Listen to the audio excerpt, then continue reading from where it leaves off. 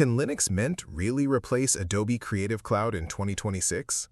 A lot of people still believe Photoshop, Illustrator, Premiere Pro, and InDesign have no real alternatives.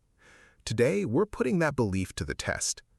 I'm replacing the entire Adobe Creative Cloud with 5 completely free, open-source applications on Linux Mint 22.3.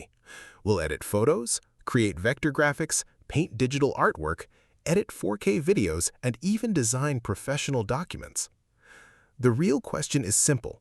Can these tools actually handle professional work, or will they fall apart when it matters most? By the end of this video, you'll know exactly which applications are ready for daily use and whether you can finally cancel that expensive Adobe subscription. For years, Adobe has been the default choice for creative professionals, but things are changing. Subscription prices keep increasing, more features are locked behind recurring payments, and many creators are looking for software they can install, own, and use without worrying about monthly fees. That's where Linux Mint becomes incredibly interesting. Instead of paying every month just to access your own workflow, you can build a complete creative workstation using mature open-source software that's fast, stable, and backed by a huge community of developers. These applications aren't experimental anymore. They've been improving for years, and today, they're powerful enough for real production work. Let's start with the applications most creators use every single day. The first one is GIMP. Whenever someone mentions Linux, the first question is usually, can GIMP really replace Photoshop? With the latest version, GIMP feels more polished than ever. The interface is cleaner, performance has improved, and everyday editing feels much smoother than many people expect.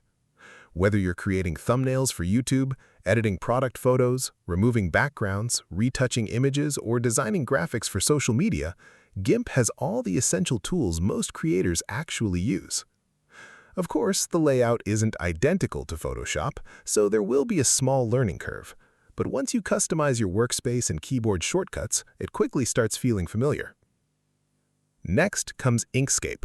If you work with logos, icons, illustrations, website graphics, or anything that needs to scale without losing quality, Inkscape is an excellent alternative to Adobe Illustrator. Its vector editing tools are incredibly capable, SVG support is outstanding, and exporting designs for websites or print is simple and reliable. Large projects remain responsive, and because it uses open standards, your work isn't locked into a proprietary ecosystem. Together, GIMP and Inkscape cover the majority of graphic design tasks that most creators perform every day. But what if you're a digital artist? This is where Krita really shines. Krita wasn't built as a general image editor.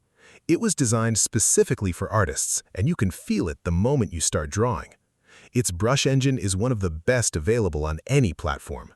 Pressure sensitivity works beautifully with drawing tablets, brush customization is incredibly flexible, and the overall drawing experience feels smooth and responsive.